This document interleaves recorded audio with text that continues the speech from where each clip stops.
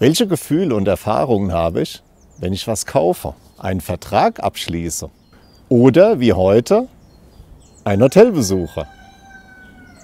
Wie ist mein Kundenerlebnis? Also wie man heute sagt, Customer Experience. Im Idealfall habe ich gute Gefühle, zum Beispiel beim Einchecken an der Rezeption. Hallo Herr Schmidt, wie geht's? Wieder die 237 wie beim letzten Mal? Ja, sehr gerne, wie immer. Danke, kriegen wir hin.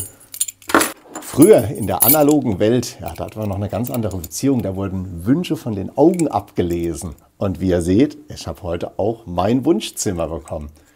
Aber wie sieht das denn jetzt in der digitalen Welt aus? Und heute bewege ich mich im Netz, hatte ich als Person ja gar nicht mehr wahrgenommen.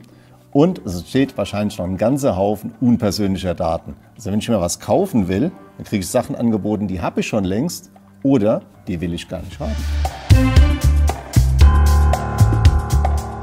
Wer sich mit digitalen Kundenbeziehungen beschäftigt, ist Maren. Du entwickelst mit Kolleginnen empathische KI, also künstliche Intelligenz für ein besseres Kundenerlebnis. Hat eine empathische KI jetzt Gefühle? Ja, soweit ist es noch nicht, Jürgen. Es ist nur so, dass uns künstliche Intelligenz dabei helfen kann, relevante und empathische Kundeninteraktionen zu führen. Wenn du überlegst, wie viele Datenpunkte digital jeden Tag von uns gesammelt werden, von jedem Kunden, dann lässt sich das natürlich auch für eine bessere Customer Experience nutzen. Wie kann ich mir das jetzt konkret vorstellen? Hast du mal ein Beispiel für mich? Ja, wenn du jetzt überlegst, hier, wir sitzen in dem Hotel, hier bist du öfters. Der Kellner hier im Hotel weiß genau, wie ich meinen Kaffee trinke. Hallo Frau Hendorf. Hallo. Einen Kaffee mit wenig Milch, wie immer. Vielen Dank. Bitte sehr. Ja, und das sollte natürlich auch in der digitalen Welt funktionieren. Aber das gibt es doch jetzt schon. Rein theoretisch ja. Nur wie oft bekommen wir beide denn diese nicht relevanten, falschen Angebote, vor allem bei den digitalen Kanälen? Das ist überhaupt nicht konsistent. Schau mal hier. Lisa und Maria sehen auf dem Papier gleich aus. Gleiches Alter, gleiche Bonität. Und im traditionellen Ansatz passiert was? Die werden ins gleiche Segment gesteckt und in eine fixe Customer Journey. Und von da gibt es kein Entrinnen. Unsere Leben sind unterschiedlich. Ja? Wir haben unterschiedliche Lebensereignisse. Und das heißt, wir brauchen eine dynamische Customer Journey.